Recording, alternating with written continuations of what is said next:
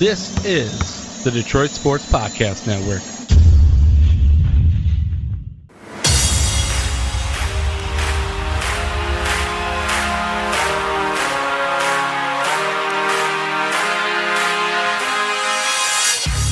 So last week, I believe we said the words that neither of the Detroit winter sports teams have a loss in regulation.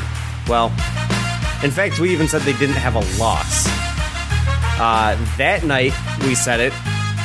One team lost in overtime. And since then, one of those teams still does not have a loss in regulation, and the other one has lost, well, every game since, I believe.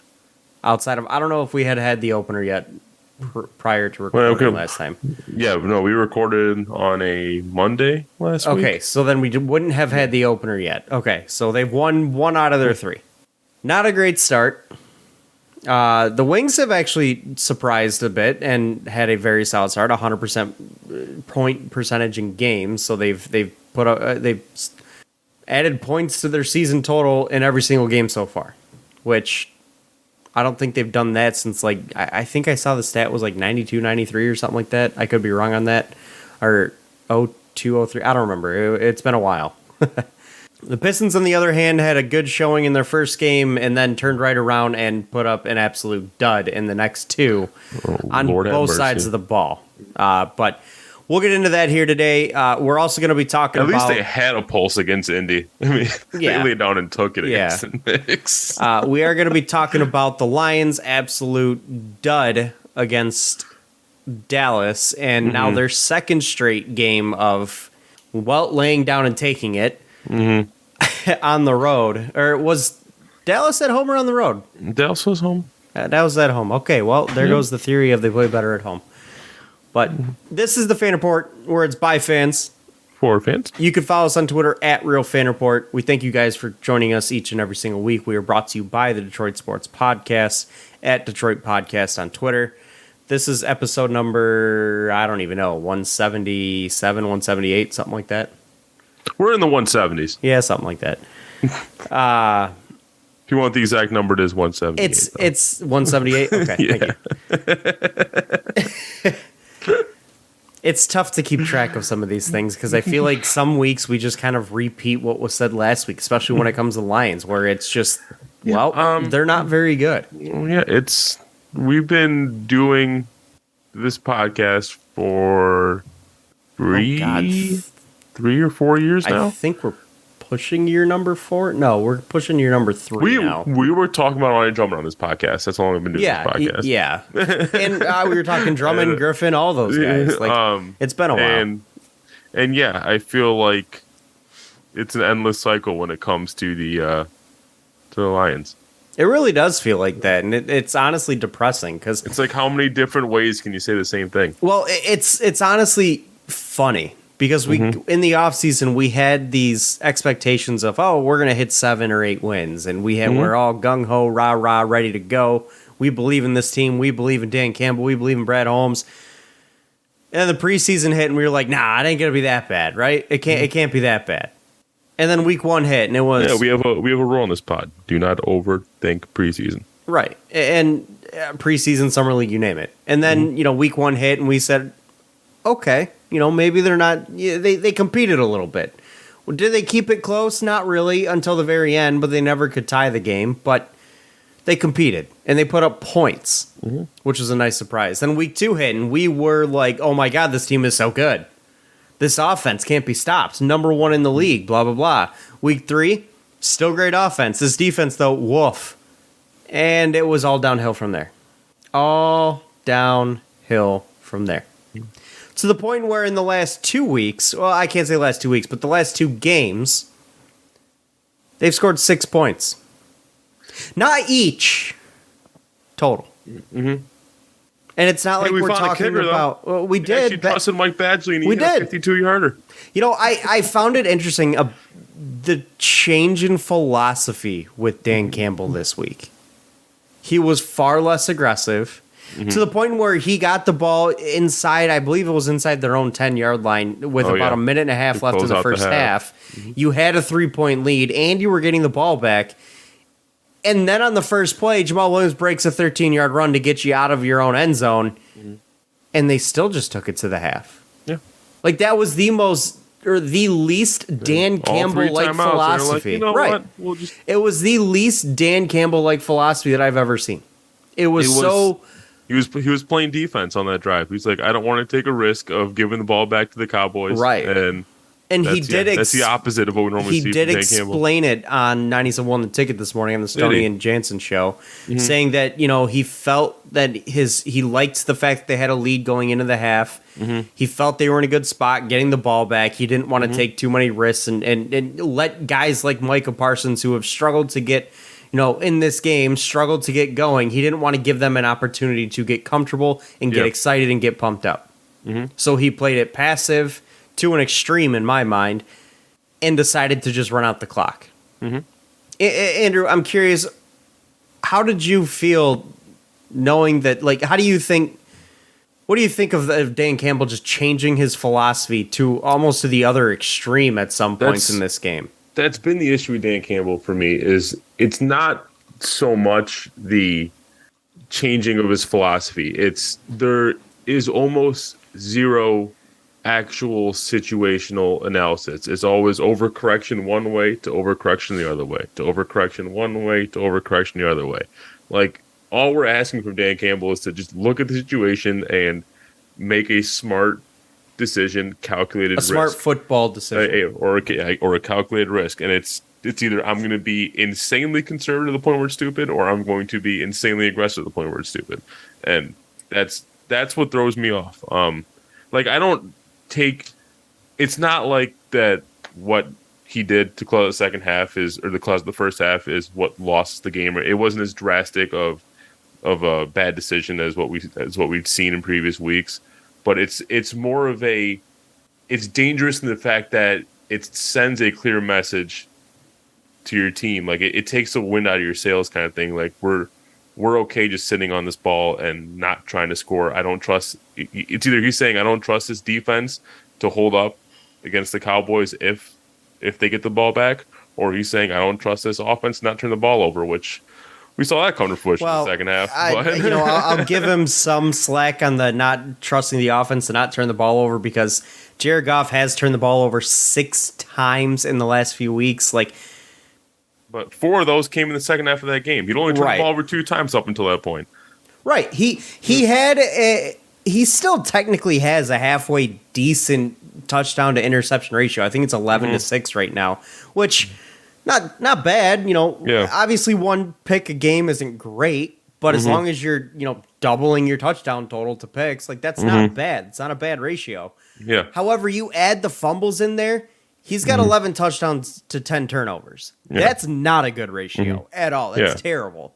Yeah, He did have 4 turnovers in this game. He doesn't protect the ball. Well, one of the calling cards of Jared Goff is his baby hands, so he fumbles the ball a lot. And it's really starting to rear its ugly head. We saw it last week against the Pats. We saw it this week against the Cowboys. Goff struggles to protect the football. Yeah, this was a game that I'm not pinning on Dan Campbell. I'm not pinning on Aaron Glenn. I'm not pinning on Ben Johnson. This is 5 of your 6 possessions in the second half ended in a turnover. 4 of those were Jared Goff. I don't necessarily think the offense put them in a great position, whether the offense failed. I think it failed all across the board. I don't think Ben Johnson had his best game either. Going into the half, you only have 6 points. That's not that good. Yeah. Well, you are going against a pretty good defense, and we knew it was going to be tough to score in this game. We knew that going in. Right. And you did have opportunities to score with the fumble on the goal line. Obviously, Brock Wright getting stopped short the play prior. But, they did have some opportunities to score. And they just beat themselves up by not scoring, essentially. And, you brought up a really good point when you said that with Dan Campbell, it's one extreme to the next. He's either overly extremely passive or overly extremely aggressive, and there really is no middle ground with him. And you brought up a good point by saying with Dan Campbell, it just really seems like one of his biggest weaknesses is he has no situational awareness, no ability to make a proper, smart, or calculated decision in the game of football. And if that's the case, why is this guy our head coach? It's very black and white with him. It seems really like is. There is I need to be conservative or I need to be aggressive. It's well, this is a situation. This is the amount of risk I can afford to take. It's always either Can we I got to be honestly sit conservative or here I got and to be say that aggressive. this guy has coached a full football game the right way? No, I'd have to go back and look at some of the games later on last year, but I don't know that he has. Because even in the game this year that they won against Washington, he made a lot of coaching mistakes in that game. The inability to adjust defensively in the second half was a huge coaching mistake. I was going to say this might be the closest he's gotten to coaching it the right way, but he still did some weird stuff. So the overly passive nature of I don't.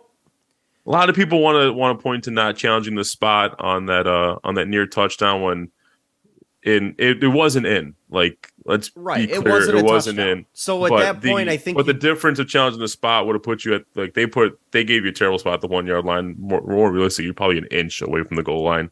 But at that point, speculation is the half yard line is where. That's a whole hindsight being 2020 thing. Because if I were a head coach and you were telling me half yard versus an inch, I'm like, I'm not going to waste a challenge on this. He actually did address that this morning. You should not be fumbling at the goal line regardless. Right. He actually did address that this morning as well, and he said that he technically could, because there's a lot of people asking if he could even have challenged it because it was a potential scoring play. Challenge spot. Right. On a potential scoring play, though, you cannot. If they ruled a score, you cannot. Yeah. So there was a lot of people that said that because it was a potential scoring play, you can't challenge the spot. You can only challenge whether or not he got in. And he said no, I could have challenged the spot, but regardless, we felt it wasn't. Bad spots just happened. We felt we liked our chances at the 1 yard line just as much as we liked them at the half yard line. It's a weird spot to challenge. And even if we're at the half yard line, it doesn't matter.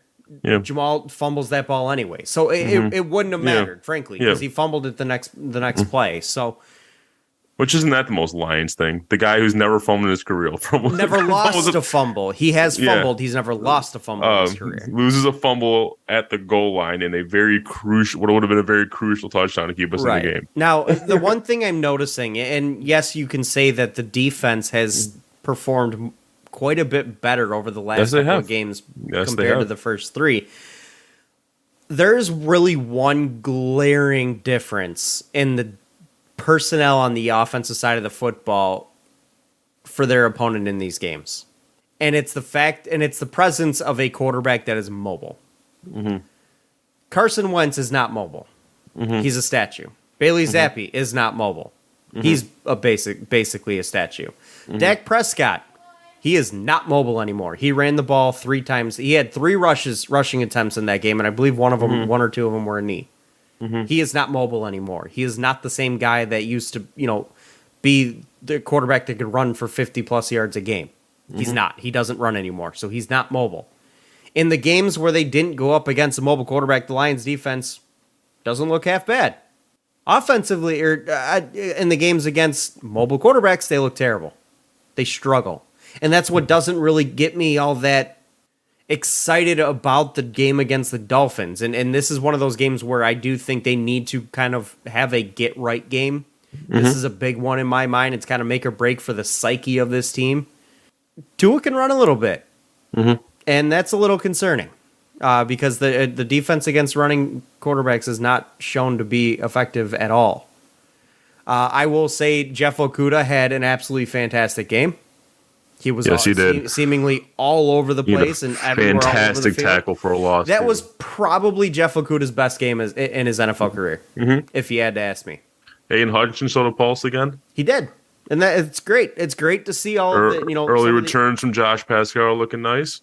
It's great to see some of the young guys performing because that's what we're going to have to build around for the future. And if Jeff Okudah can be a semblance of a good quarterback in this league, that helps a lot. It really does. Yeah. But going back to Dan Campbell here and talking about how changing up your philosophy and making these extreme decisions one way or the other with the way you coach a game, taking the wind out of the sails. You use that term there. I'll even take it as far as saying it gets That's confusing. essentially what I felt happened. Right. But it gets confusing to, like, in terms of what you're trying to preach to this team and the culture you're trying to instill. When you switch up your game plan philosophies and the decision making that you have in the 60 minutes of a game or whatever it is, it's tough to instill a culture with that. And we've talked about how it's hard to instill a culture in a team that wins 5-6 games over the course of 2 years. When you can't have an actual philosophy that you're consistent with, it makes it even harder. Yeah. No, I agree. I mean, like what, and it's like, what kind of message are you saying to your locker room if you act different than what you preach? Now, I know we've harped on Dan Campbell's over aggressiveness, but like, we're not sitting here saying don't be aggressive. We're just sitting here saying be smart about it. And again, I was literally just about to say that I wish Dan Campbell would say we're gonna have grit, but we're gonna have brains. We're gonna have toughness, but we're gonna be smart. Like, preach that to your players. Yeah. Not just pedal to the metal, go, go, go, eat go, your go. grains. Sure, eat your brains. That's fine. Eat your grains. But yeah, so I mean, in general, I don't even know how to walk away from this game, because this felt like, obviously I don't know how to walk away from this game taking any opinion on anyone on the field not named Jared Goff. I feel the combination of the super conservative play calling and Jared Goff's constant turnovers in the second half just stifled the offense completely. Like, they couldn't do anything if they wanted to at that point. And I know we lost Amon-Ra St. Brown on, I guess, kind of a technicality, but he should be back next week. It really annoyed me that DeAndre Swift ended up playing. Do we need to start looking for a new running back in the draft? Hey, the greatest ability is availability. You know what they say. So DeAndre Swift's got all the talent in the world, but if he's not on the football field, he's useless to me. He needs to play every single game the rest of this year for me to not consider that. Agreed. I'm not going to... I absolutely will not disagree with you there, because he has yet to play a full season in this league. This is now, his third year? And how many games has he missed already? 3, 4? This year, yes. Yeah. And not to mention, he's missed games in every other year he's played in the NFL. And sizable amount of time, too. So, he's not been available for this team at all throughout his career, really. Like, he's missed a lot of time. Let's see here. He played in 13 games last year, but he only started 4. He played 13 games a year prior. Here's this stat for you. He's had a total of 27 carries on the season. That's it? Yep. 27 carries over 3 games. His yards per attempt look great. 8.6. Oh, yeah, they do. He's had a total of 27 carries on this season. That blows me away. If you want to talk about total touches, so including receptions, then you can bump that number up to 35. But that's 35 total games, touches. Through 6 games, essentially, because his team's played 6. That's not enough. I'm sorry. Like, even when he's playing, he's not getting a huge workload because the coaching staff is so afraid of him getting hurt, and he still managed to miss games. Like, because that was the whole reason they didn't overwork him in the beginning of the season, was because they were trying to preserve him. And I don't know. Guy can't stay healthy. But yeah, so like I said, he legitimately is going to have to start every single game from here on out for me to not consider that, because at this point in time, I am on that boat of, as much as I love DeAndre Swift, when he has the ball in his hands, he just doesn't have the ball in his hands enough for me to make a actual difference on this team at this point in time. Right. And it's all due to the fact that he just can't stay healthy. If he were to play every game for the rest of the year, which that's definitely not a sure thing, he will have matched his previous 2 season totals of games. If I was able to bet on that, I would bet he would not. Yeah, I would tend to agree. Let's look ahead here to the Dolphins. I don't want to spend too much more time on the Lions. They're depressing. So, I not necessarily just the Dolphins. Let's look at the season outlook here. Obviously, the team is 1-5. I do have a Dolphin-specific question. That's fine, and we can get into that along with this. But team is 1-5. Playoffs are pretty much out the door. Not that we expected them to make them anyways. But what is this team, and I'm going to loop Dan Campbell in with this, what does this team need to do to get you to buy back into them? To buy back into this regime, this coaching staff, some of these players, Jared Goff even? Well, or would you rather just prefer that they just pack it in for the year knowing that this is it and there's just no road for this team to be successful, so let's just blow it up and start over? No, I don't want to do that. I'm not in love with this draft yet to do that. The NFL is a league where if you're not getting it done in 3 years, you're not going to get it done. No, I'm not talking. I'm saying like I'm not saying I have like the utmost faith in Dan Cameron or anything, but I feel like people on this team need to see W's, or else this shit's gonna get even worse. Like it's like if we were to come out here and win another 6 games, and we still got rid of Dan Campbell, I wouldn't be upset about that. I would be happy about the fact that these guys got to see something in the win column.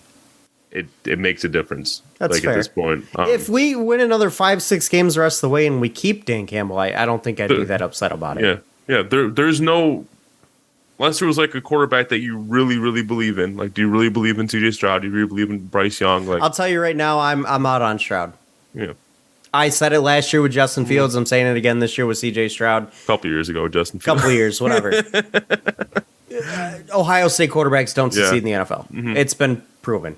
Yeah. And sure, I get it that, evidence of the past does not equal what's going to happen in the future. I've seen enough of Ohio State quarterbacks. Until one shows me that they are successful in the league, I will not be pushing for the Lions to grab one. Every Ohio State quarterback, everyone's like, oh, this is the one. Justin Fields was supposed to be the one. Terrell Pryor was supposed to be the one. Cardell Jones was supposed to be the one. That's what I'm saying. JT it feels Barrett like with was everyone. supposed to be the one. That's what I'm saying. That's the last 4. Yeah. 5, whatever it is. Like that's exactly my point. Until one proves to me that they can succeed in this league, I will pass on every Ohio State quarterback until then.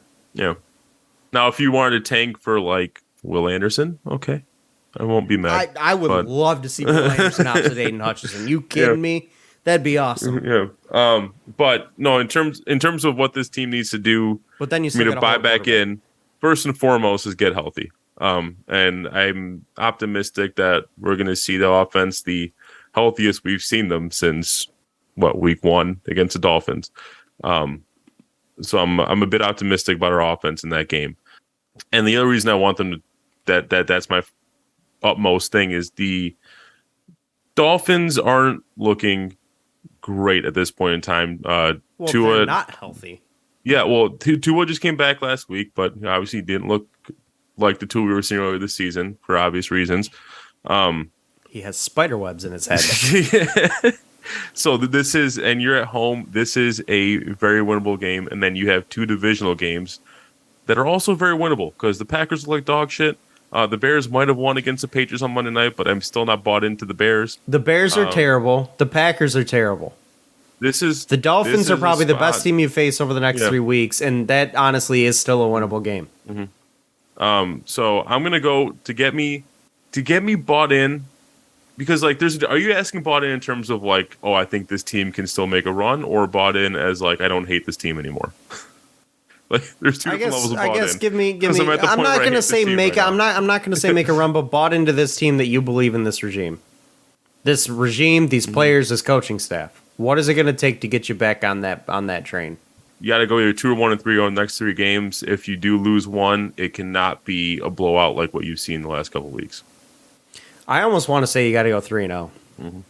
Because, to be honest with you, you need to see wins, not only just wins, but wins against teams that are better than you. Yeah. The Dolphins are better than you. I'm not so confident that the Packers and Bears are. The Packers look terrible. Yeah, and you got them at home. Aaron Rodgers looks terrible. The Bears are god-awful. And if there's ever a game you need to win on the road, it's the Bears at Soldier Field. It's a team that's not a good team and a divisional opponent.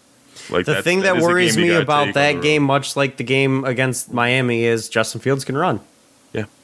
And that is your Achilles heel on the defensive side of the ball. You have let up a lot of rushing yards to quarterbacks. You're right about that. But a lot, like a lot. the Giants, because like after that, Giants are pretty damn good this year. I don't. They don't make sense to me. I don't get it, but you know what? I'm at Like, the point where they've done it enough where I'm not questioning it anymore. That right there, it just makes it feel so much like a referendum on this coaching staff that the Giants have such a and the Jets too have such a lack of talent in their locker room and on that field, yet they win ball games. Yeah. The Giants, especially, like, name a receiver for them. Oh, that's a great question. Yeah, exactly. Who's that rookie that just finally started playing a couple weeks ago? I can't remember his name. You're proving my point. Their quarterback is Daniel Wendell Jones. Robinson. There you go. Their quarterback is Daniel freaking They have Jones. the shell of Kenny Galladay. I know that. He doesn't even dress. He doesn't even dress on Sundays. Yeah, it's Saquon Barkley's having a resurgent year though. Saquon Barkley's fantastic, yes. Yeah. But their defense, that defense is carrying them for sure. They do just enough offensively to win games. And then obviously I don't expect you to beat the Bills. So that's going to be 2 losses in a row. Then you got the Jaguars at home and Vikings at home. 2 winnable games. You know, the Vikings are still a tough opponent, but like, once you look at a 3-game stretch and then or 5-game stretch and you see the last 2 games look like almost definite losses, you need to take the first 3. See, what I'm fearful of is, we win. Let's say we beat 2 of the next 3. We beat the Dolphins and the Bears. Let's go with that. Okay. And then we follow that up with 2 consecutive losses. I don't think that's going to help. Like, I don't think it's going to help the psyche of these players, the mentality of this staff, and the belief. That's what I'm saying. That like when you look at the fact, that's what I'm saying. When you look at the fact that over the next 5 games, those last 2 are almost guaranteed losses, you kind of need to take the first 3. Like you kind of do. Yeah. I'm even worried about how players are going to think and feel after if they go 3 straight. They win 3 straight, then lose the next 2. Like, I don't think anyone's going to blame you if you lose to the Bills on Thanksgiving. I'm sorry. But losing still gets to these guys, regardless of the opponent. Oh yeah, it gets to them. You're not going to convince me they're going to walk into that game thinking they're going to lose. Like, every NFL player makes their medal on the fact that they believe they're going to win every single time they step on the field. I'm worried that they're going to come out of that. Let's say we win 3 straight, and then they lose the next 2. But I'm worried they're going to come out of that 2-game losing streak and say, same old, same old. Same old Lions, back to losing again. Like, I don't want that mentality for these guys. So, like, I think they, and it's a tall ask, and I'm not going to say I expect it, but you got to, at least in my mind, win 2 of the next 3. Very minimum. And let's put it this way. You must go 3-2 over the next 5 weeks, and I think one of those wins has to come against either the Bills or the Giants. If you want this team to believe, and you want these fans to believe, and you want me to believe in this coaching staff, you got to beat a good football team. Even when coming off of that Bills game, you have a slate of very winnable games to close out the season. Yeah. Because again, I don't expect them to win all of those winnable games. Obviously, you don't. It's the NFL. No game. Like, there's no game. We can't look at the schedule like that's a win. That's a win. You can beat good football teams in this league. Because just. And if you ask me, there is. Fine. Let's put it this way. If you ask me, there are 4 good football teams on your schedule left right now. That's the Giants. I'll put it this way: the Bills, the Vikings, and you could argue the Jets. So, give me the quote unquote winnable games the rest of the year. How many do they got? 10. Dolphins at home this Sunday. Packers at home. That's 2. Bears, both Bears games. So that's 4. Would you go Packers at Lambeau in the last week of the season? Sure. That's 5. Packers are bad. 5. The Panthers. That's 6. I don't fully buy into the Jets, so I still consider that a winnable game. So I'm going to go 7. I'm not going to count that one. Okay. How about Jaguars at home? I count that one. They just traded James Robinson too. So there's 7. So 7 quote unquote winnable games the rest of the year. And that's if being you like don't really hard on winnable. Like, I consider the Vikings at home a winnable game, but I'm not going to throw it into that list. The Jets are a team that, like, I can whether or not you the Jets believe in them, winnable game, but so not 7 against that list. Yeah. to get me to buy in without beating the Bills or the Giants. You need 7 wins. If you lose a winnable game, you got to No. win a not so winnable one. You got to go bare minimum 5-2 or 6-1. Bare minimum. Oh, you're talking about those winnable games. Those Yeah, games. 5-2. Okay. Bare minimum. And you can get a really good start on that by going 3-0 the next 3 weeks. Yep.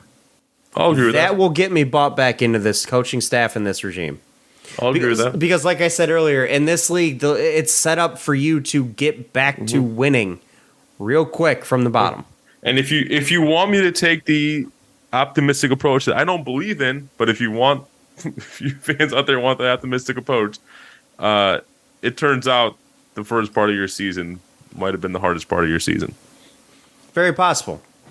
But Eagles, Vikings, Cowboys, let's say here, Seahawks, those are all top of the NFC teams, right? right. Let's say here for a second. What if Dan Campbell ends the year by winning 5 of those 7 games? Ending the year strong, just like he did last year. Does that not concern you at all? That he just did it again? That we're just pushing this thing another year for him to struggle again? Well, again, I'm not fully Like, I feel like we just be Dan Campbell, floundering so- at that point. Yeah. Like, I'm not. this league like- is set up to, like, if you're not winning within 3 years of a regime, you're not going to win. Yeah, well, this is year 2, right? Right. But my point is, like, have we seen anything that's a step in the right direction in year 2? Because I have not. Well, the offense up until the last 2 weeks. Okay, I'll say it again. I have not. Because that's proven at this point, to an extent, to be fool's gold. The only redeeming quality in my mind on this team right now is the offensive line. And we knew that. Yeah, well, so that's why I'm very, like, I have a lot of my opinion on the rest of this season is going to be riding on this game against the Dolphins at home. Because for all intents and purposes, you should be mostly fully healthy. You're supposed to have Amon-Ra St. Brown back. You're supposed to have DeAndre Swift back. You're taking a team at home that looks battered. Their quarterback looks battered. A very winnable game. Home environment. Well, healthy. isn't Tyreek Hill also dealing with some stuff too? Like, I think so. This is also going to be a big test for your secondary. Yeah. Is Jeff Okudah the real deal? That's going to be another big one for him. And I really, really hope Aaron Glenn and Aubrey Pleasant trust Okudah enough to put him on Tyreek Hill. I really do, because I want to see this kid get tested. But, And if he is put on Waddle, he better shut his ass down. yeah. But enough about the Lions. Well, you had a Dolphin-specific question. I wanted to get to that, then let's switch over to the Pistons. That was right there. That was it. That was me. I was trying to set the stage in terms of this is a winnable game. You're finally fully healthy. Like, how much, in terms of your opinion on this season, rides on the performance this Sunday? A lot. Yeah. They need this game. Big time. Both sides of the ball. So let's go ahead and move on over to the Pistons. Oh, real quick, we got to make our pick against the spread here. Oh, okay, yeah, we can do that. We can start talking about the Pistons. It's Dolphins -3, isn't it? That's what it started at. I don't know if it's moved. I don't think it's moved because it was Dolphins -3 as of like yesterday. So, well, that's when the line open too. Yeah, assuming it's Dolphins -3. I'm gonna put some faith. Am I going in to this be team. a fool Give me the and Lions. take Lions? Yeah, Lions. am I going to be a fool for taking Lions? It's here? It's a fool's bet, but I'm gonna take it. Give me the points. 3 points, is a lot of points in this league, so I'm gonna take it. Like I haven't been betting on the Lions. No, actually, I've been almost actively betting against them lately. But yes.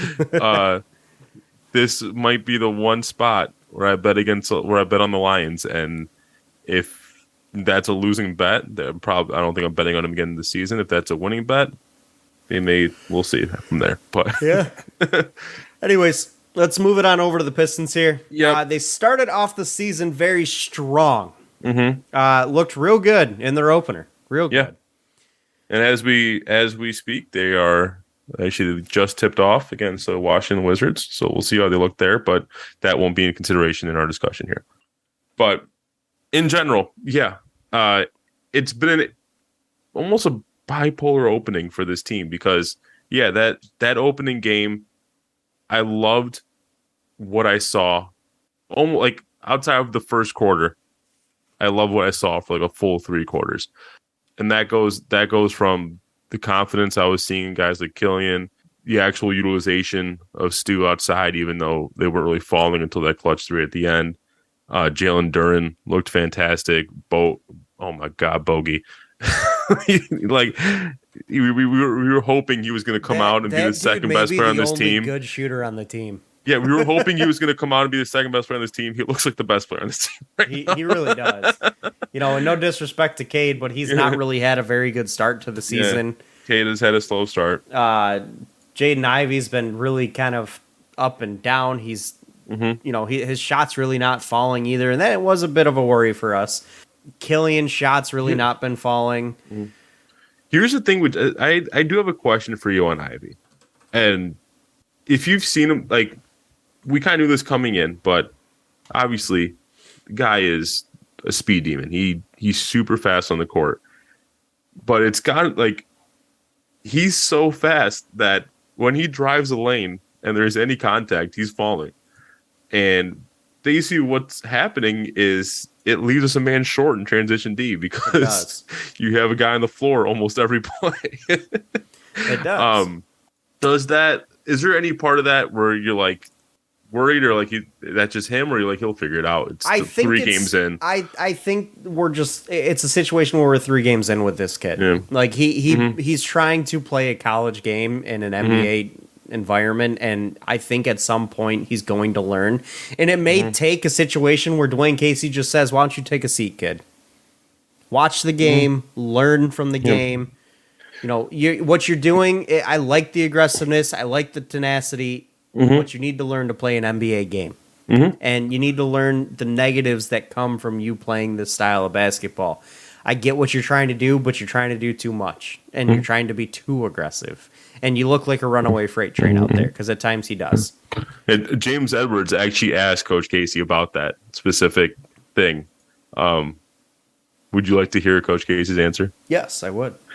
He said, "I don't know if you know anything about horses, but in Kentucky, if you pull the reins too tight, he won't run. There's a gentle piece you have to pull so that the thoroughbred will run. That's where we are. I don't want to pull back too much because then he loses his gift. There's a fine line. There's no magic wand to make him into Isaiah Thomas today. It won't happen. We all see that. There's a fine line where he has to change his speed and slow down when he gets in traffic. It's a hard learning experience. He's getting bumped and hit. He'll learn." Is it weird to say that over the seasons I've felt a little bit of a disconnect from Dwayne Casey? Not entirely because of horse racing. Well, not entirely because of his basketball decisions, but because I don't understand a damn word he says in half of these analogies. It was a very long-winded way of saying that you can't. This is Jane Ivey's NBA skill. Yes. This is his skill is like that you can't teach. That is immediately translatable is his speed and athleticism. Right. You don't want to take that away from him, but he also is going to have to learn probably the hard way to utilize it properly. Yeah. And in all reality, to an extent, Ja Morant had to learn the same thing. That was his skill set in the NBA. Coming into the league was his speed and athleticism, and he had to learn how to rein it in and use it properly. Jaden Ivey's the same way. Yeah. Obviously, Jaden Ivey I don't think is quite as good of a prospect or player as Ja Morant, but he's up there. So that's his idol. Right. So looking at this team, there's 2 glaring issues that I've seen. Yep. Shooting. I don't know how you shoot better from 3 than you do from the inside. And there's a big positive, and as Sadiq just hit a 3, there's a big positive though. Like that 3, the outside shot looks to be improved on this team. It does. Well, it helps when you have a guy like Bojan Bogdanovic, who has been a sharpshooter from outside throughout his entire career. He's shooting at, I think, an above 50% pace right now. Or I'd have to pull up numbers. I don't know by heart. But so he's taken 10, 20, 22 threes on the year and made 4, 10, 11. So he's at a dead 50% pace, which, I mean, through 3 games is a very small sample size, but that's awesome.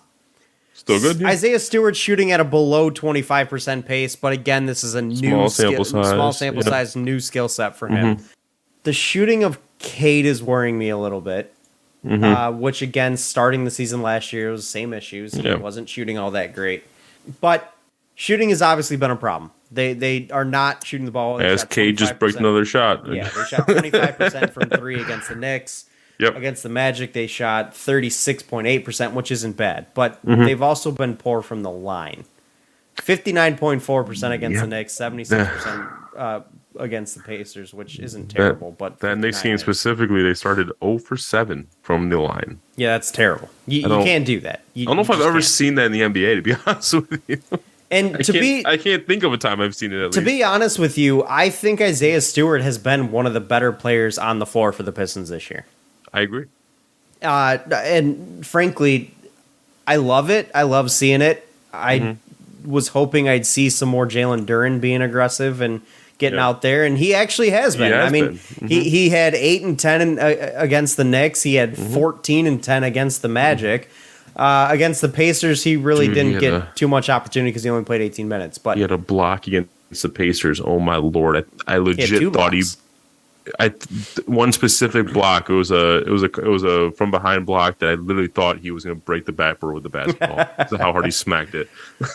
He's been a nice defensive presence off the bench. However, the other biggest glaring issue with this team has been defense. Yeah, he gave 124 to the Pacers and 130 to the Knicks. Yep, that ain't good. And how much did they give up to the Magic? Against the Magic, 109. So that's not terrible. It's not good either because the Magic are not a good basketball team. Nope. That'll probably be a well above average scoring night for them throughout this season. Looking at this roster, and I know it's a 3-game sample size, so there's not really much to actually buy into here. Are there guys on this roster right now that you can say you're out on? No. I think there's one, maybe two. It's for me, it's too early to say. Like, there's guys that I'm not on good footing with, or not on good footing with me if you're asking that, but it's too early. As of this taping, we're 3 games in. Like, it's too early for me to already be out on somebody. Well, I've been out on Kojo from the very beginning. So let me start there. I will be honest with you. Kojo is so weird, though. Like, every single time, I'm like, oh my God, I can't believe I have to watch Kojo play. I think he does something crazy. I'm like, damn it. Yeah. Like, you're making me. I'll be honest with you. There is one guy that I can say that I think I'm about done with. As much as it pains me, because I've always been a big fan of his and I've always wanted to see him succeed, I just don't think he's going to work in this system or on this roster, and I don't think there's space for him any longer, and it's Hamidou Diallo. I wanted to see him play really well and do well with this team, and I thought he was part of the future, and I've always been a fan of his. He looks lost out there. He really does. And it's not like it's a situation where, oh, new coach, new system. No, we've had Casey here for a while. He's been with Casey here for a little while now. So what is it? Is it the fact that he can't figure out how to play alongside Cade and Ivy or Bay? What is it? I think it's the fact that we need floor spacers and he doesn't have an outside shot to rely on. In terms of that position, at least. Yeah, you're probably right. Because frankly, when he's in the game, you're probably looking at a situation where Killian Hayes, Corey Joseph are out there. Well, probably not both of them, but one of the two. Kevin Knox. I mean, there's not a lot of shooting there. And so there's not a lot of room for him to be successful. Yeah, Diallo is a guy who, in order to succeed, he's not... You saw it during the COVID games last year. When he has the ball in his hands at a high volume, he'll find a way to the basket.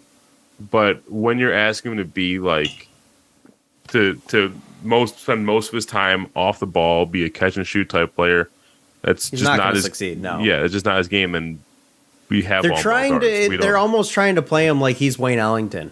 Yeah, Wayne Ellington or Langston Galloway or somebody like that. That's not his game. Are there any guys on this team that have been big surprises for you so far? I mean, you can't say Bogey was surprised because we were expecting that. Exactly what he's done. Yeah.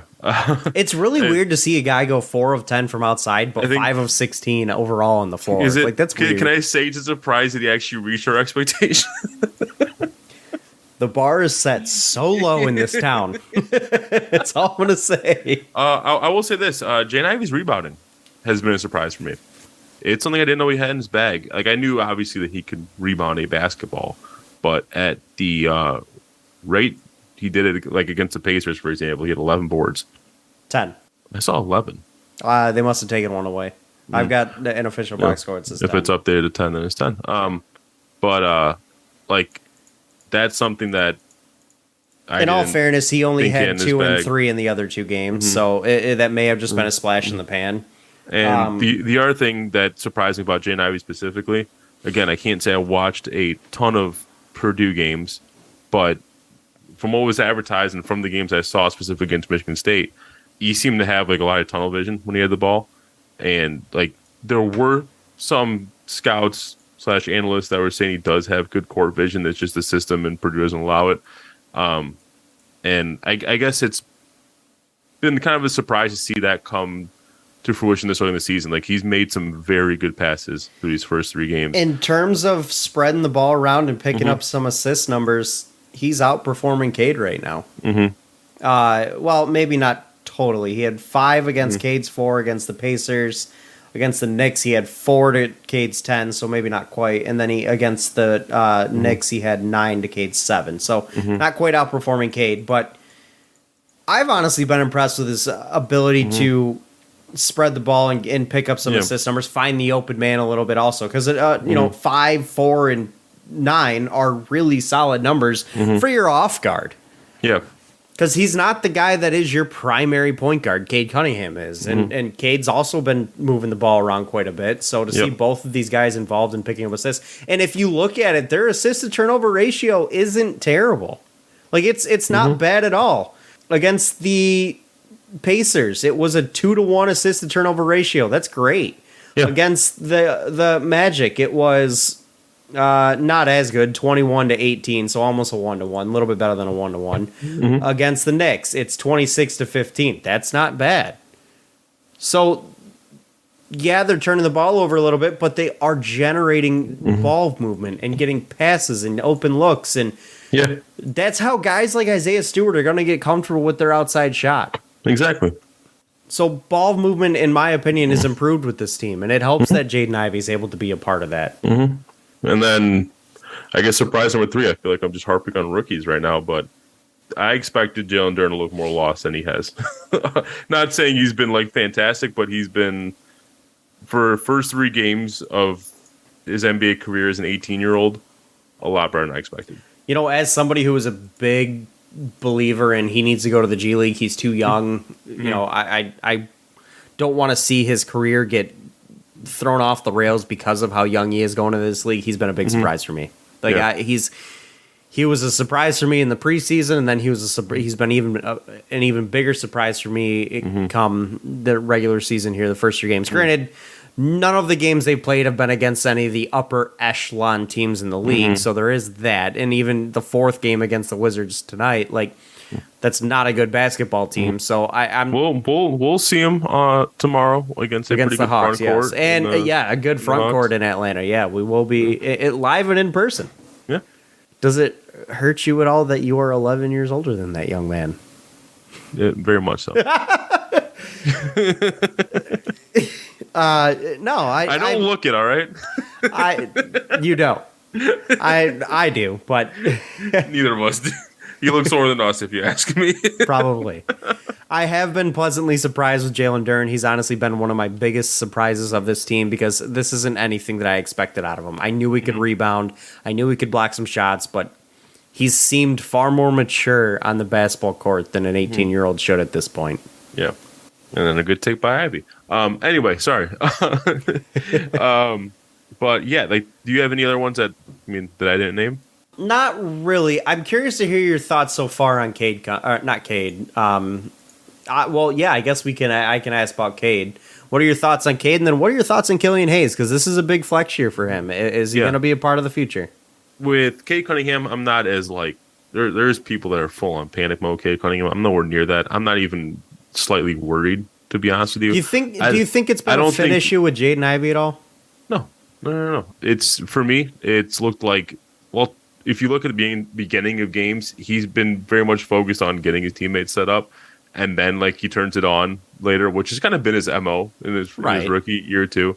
the shooting splits have to improve, specifically from outside, obviously, but we have the spacing for that to happen. Like I don't think it's a fit issue with Jaden or anything. If anything, Jaden should be opening up the floor more for him. I do think there is still a little bit of a spacing issue with this team. There needs to be a little bit more consistent shooting, and obviously the percentages show that.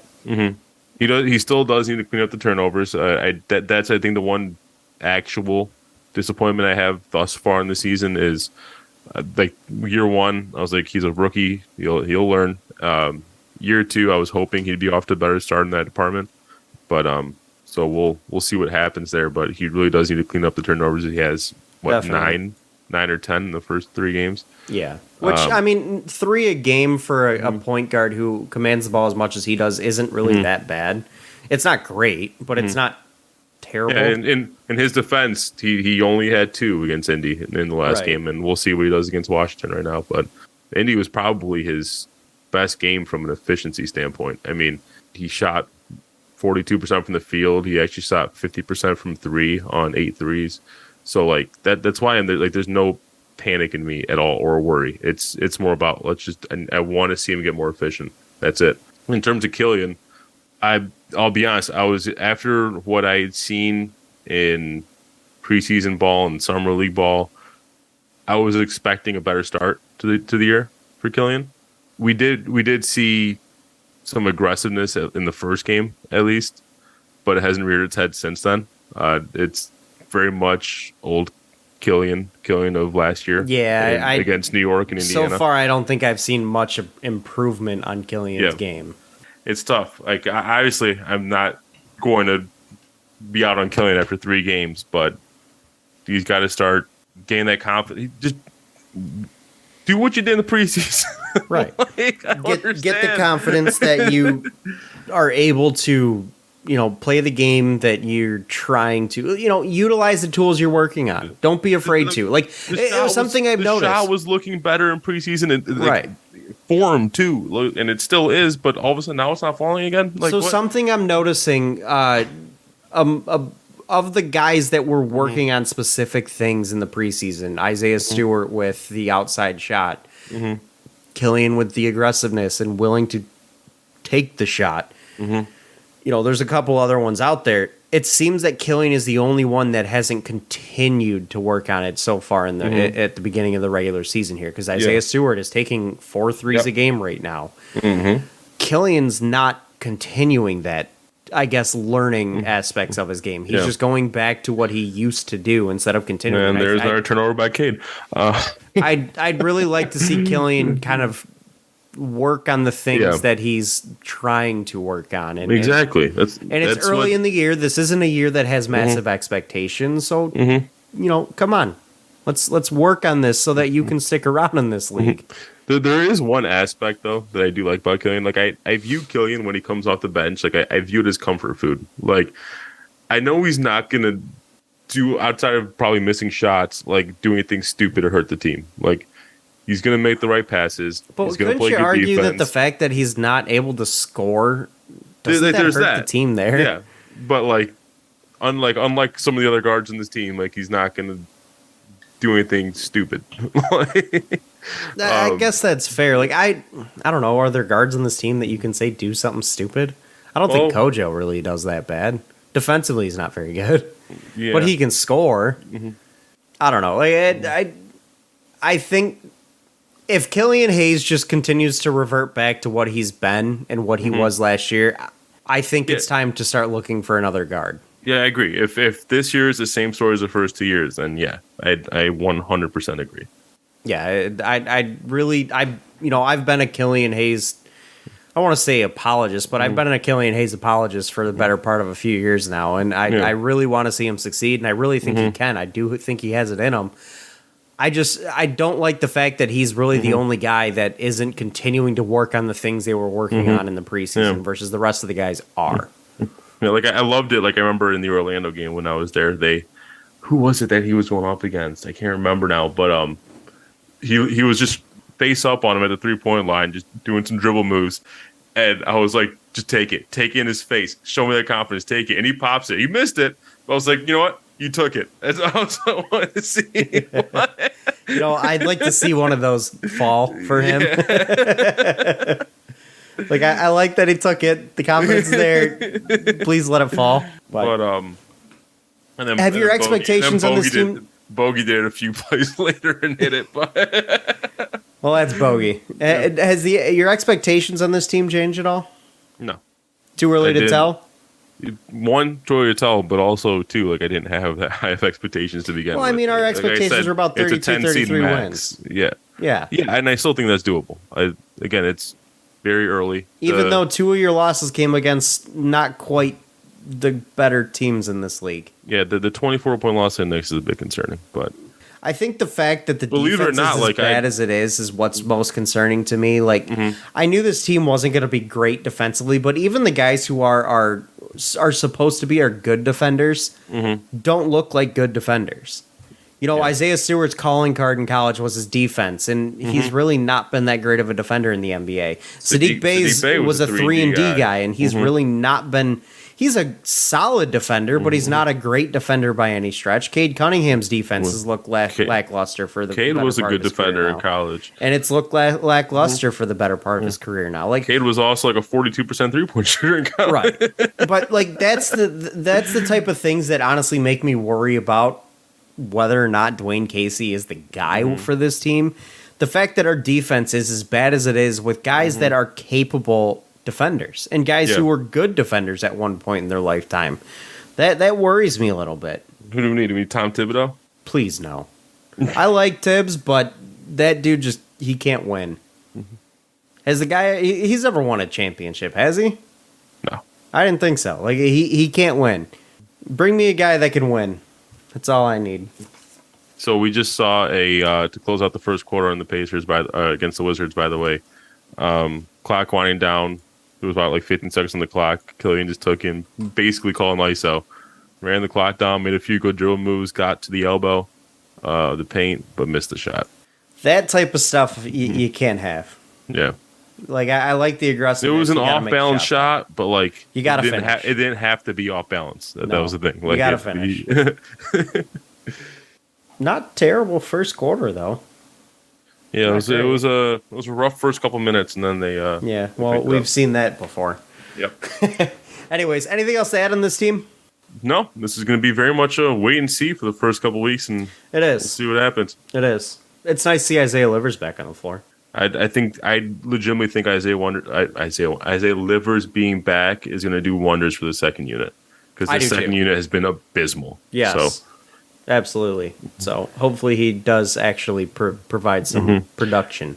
Dude, would you, just out of curiosity, when Marvin Bagley comes back, would you start him and move Stu the second unit specifically to give that second unit a boost? Or are you going to keep Marvin Bagley coming off the bench? I think I'd keep Marvin Bagley coming off the bench because I think Bagley provides an offensive boost that second unit desperately needs. I think he provides a better offensive boost than Stewart does, to be honest with you. I also want to see this rotate or the starting unit continue to develop some rapport and chemistry with each other. Yeah, and I think Stewart for the time being is got to be a part of that. So I'd rather have Bagley be that spark plug off the bench to help him out there because he can do that. He did it last year. He was a scorer off the bench, and I think he can do it again. Yeah, I don't think, and the other reason that I agree with you, and the other reason I agree with you is I think it's very important for at least the game that Isaiah Stewart seems to be trying to be developing, to have the spacing that the first unit can provide. He's not going to have that spacing in the second unit, so it's probably going to kill his confidence in terms of his 3-point game. If Well, he's going to have a lot of hands in his face at that point. Exactly. Right now, he's probably not. Yeah. So I agree. Anyways, that is going to close it out for this week, guys. Thank you for listening. Follow us on Twitter at RealFanReport. Thank you to Detroit Sports Podcast, as always, at Detroit Podcast on Twitter. We will catch you guys next week. I'm excited to go to the game tomorrow. I don't know about you. Oh, yeah. But we obviously will be talking about that next week for our next episode. But thank you guys again for listening. This has been the Fan Reporters. Bye, fans. For fans. Have a good one, guys. Peace out. Peace.